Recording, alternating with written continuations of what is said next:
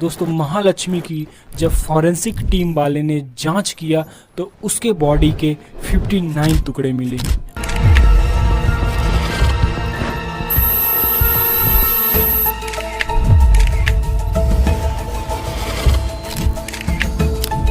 और ये देखकर पूरा देश दंग रह गया कि किसी एक लड़की का मारकर उसके बॉडी को काट करके किसी फ्रिज में रख दिया गया हो। दोस्तों ये रियल स्टोरी बेंगलुरु के बिल्लोरी कॉलोनी का है, जो एक लड़की को मार करके उसके बॉडी के 59 टुकड़े कर दिया गया। दोस्तों ये महालक्ष्मी और जो हेमंत दास ये इंडिया के नहीं हैं, इनका बर्थ नेपाल में हुआ था। हेमंत दास की शादी नेपाल में, वहीं महालक्ष्मी नाम की लड़की से शादी होती है और शादी करने के बाद ये डिसाइड करते हैं कि कमाने के लिए हमें इंडिया जाया जाए। तो जब ये इंडिया कर्नाटक स्टेट के बड़े शहर बेंगलुरु में रह के ये जॉब करते हैं। दोस्तों हेमंत दास किसी मोबाइल शॉप में काम करने लगता है और महालक्ष्मी बेंगलुरु के किसी मॉल में ब्यूटी प्रोडक्ट मैनेजर के रूप में काम कर रही थी। दोस्तों धीरे धीरे इनकी जिंदगियां खुशहाल चल रही थी और इनके 4 साल की, लेकिन आने वाले समय में महालक्ष्मी को पता नहीं था कि उसके साथ क्या होने वाला है। फिर दोस्तों ये घटना धीरे धीरे टाइम बढ़ता गया। दोस्तों हेमंत दास को अपने वाइफ पर शक होता है कि मेरी वाइफ मेरे से चीट कर रही है, धोखा दे रही है, इसका बाहर भी अफेयर चल रहे हैं। तो ये 2023 के लास्ट तक डिसाइड करता है कि मैं अपने पत्नी से अलग हो जाऊंगा। अब ये फिर दोनों में आपस में लड़ाइयाँ होने लगती हैं और कई बार महालक्ष्मी और हेमंत दास पुलिस थाना में जाकर रिपोर्ट दर्ज करा देते हैं। दोस्तों इसके पहले जब ये 3 या 4 साल से इंडिया में रह रहे होते हैं बेंगलोर में, तो दोनों अपने पेरेंट्स माता पिता को बेंगलोर में ही रख लेते हैं और उन्हीं के साथ हेमंत दास रहने लगता है। जब लड़ाई होती है इसकी वाइफ की, जब महालक्ष्मी की लड़ाई होती है तो ये भी अपने माता और बहन के साथ रहने लगती है। लगभग 4 से 5 मंथ अपने माता और सिस्टर के साथ रहती है और फिर ये डिसाइड करती है कि मैं अलग से रूम लेकर मैं रहूँगी। फिर दोस्तों बेंगलोर के बिल्लोरी कॉलोनी में एक 3rd फ्लोर पे एक रूम और किचन रूम लेकर रहने लगती है। दोस्तों जब महालक्ष्मी जब जॉब में जाती थी तो इसका जाने का टाइम 9:30 बजे और रात को 10:30 बजे काम करके लौटती थी।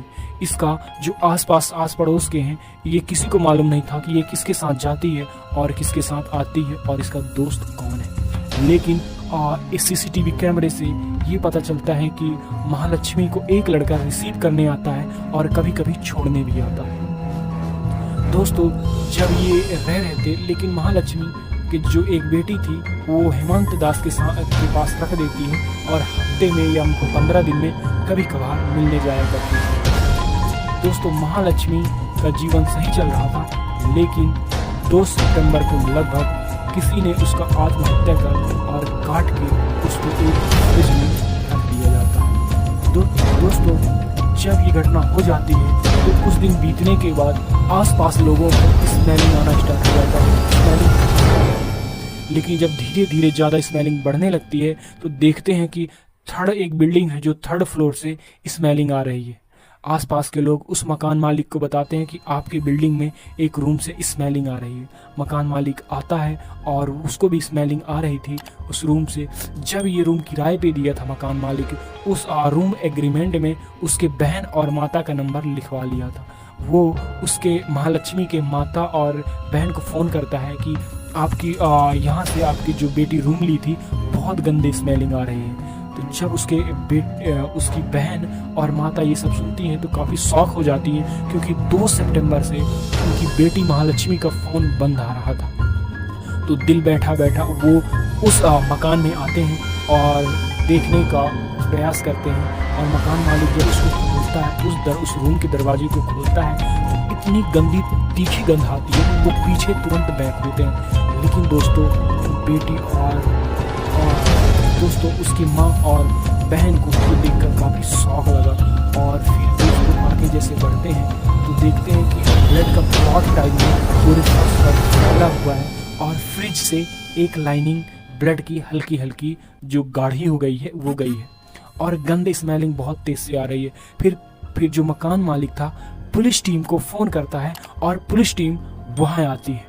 और जब पुलिस टीम फ्रिज के डोर को खोलती है तो सब देखकर दंग रह जाते हैं कि ऊपर देखते हैं कि सबसे ऊपर लड़की के 2 टांग कटे हुए थे और बीच में पूरे बॉडी के छोटे छोटे टुकड़े और सबसे वाले नीचे भाग में सर कटा हुआ रखा होता है। ये सब देखकर पुलिस टीम अपने बड़े ऑफिसर को फ़ोन लगाती है और कहती है कि सर, यहाँ बहुत बड़ा खेल हो चुका है, आप कोई फॉरेंसिक टीम के साथ, जांच के साथ, एक्सपर्ट के साथ आइए। फिर दोस्तों वहीं गवर्नमेंट हॉस्पिटल के जो बड़े डॉक्टर होते हैं वो आते हैं और ऑफिसर रैंक के अधिकारी आते हैं। देखकर दोस्तों वो दंग रह जाते हैं, पूरे रूम का लॉक करते हैं और फॉरेंसिक टीम के हिस्से पूरे बॉडी के टुकड़े को रख के फॉरेंसिक लैब ले जाते हैं और दोस्तों और जांच करते हैं तो फ़ोन को देखते हैं जो 2 सितंबर को बंद हो चुका था, क्योंकि दोस्तों 2 सितंबर से उसकी बहन और माता फ़ोन लगा रही थी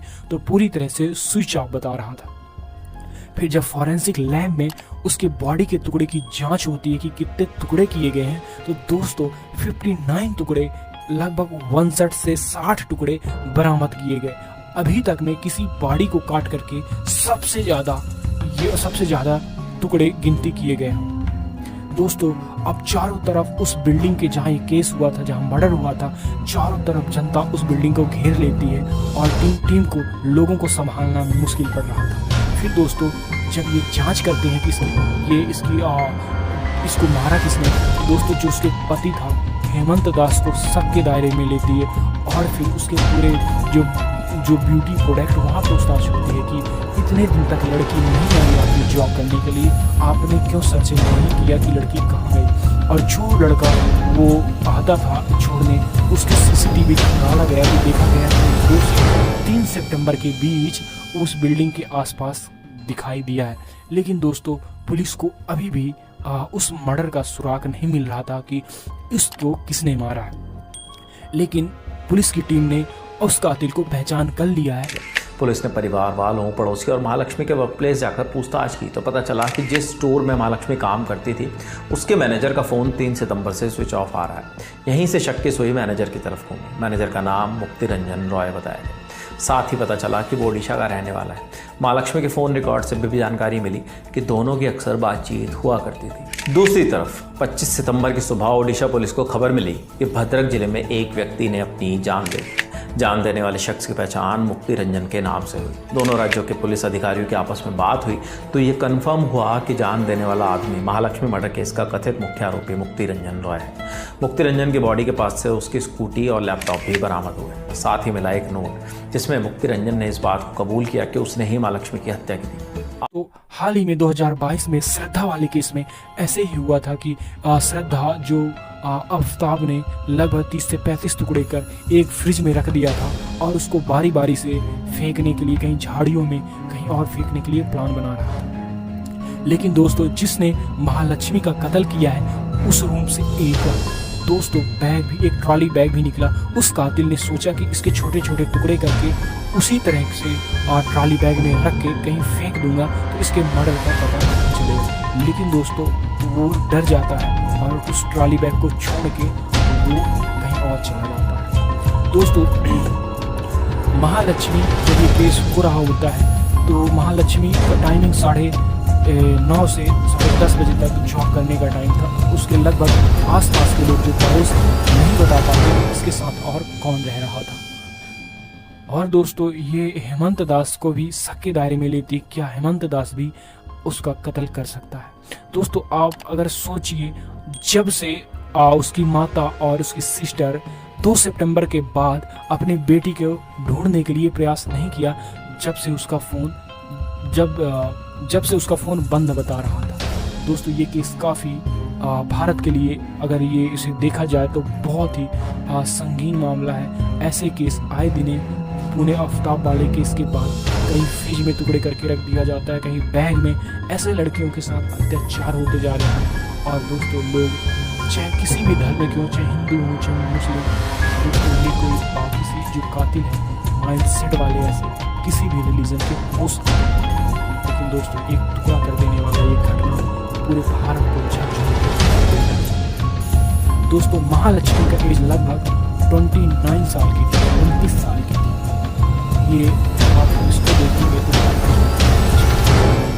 और हेमंत दास का तो जॉब चल ही रहा था। दोस्तों कथन ये भी हो सकता है कि क्या हेमंत दास कैसे चुप रह सकता है कि उससे 7 से 8 मंथ के बाद उससे महालक्ष्मी साथ में नहीं रही और वो किसी और के साथ कैसे देख सकता है। तो दोस्तों मेरे वीडियो को लाइक और सब्सक्राइब कीजिए और नेक्स्ट वीडियो आने तक इस केस में पूरा अपडेट मैं फिर से दूंगा। Thank you.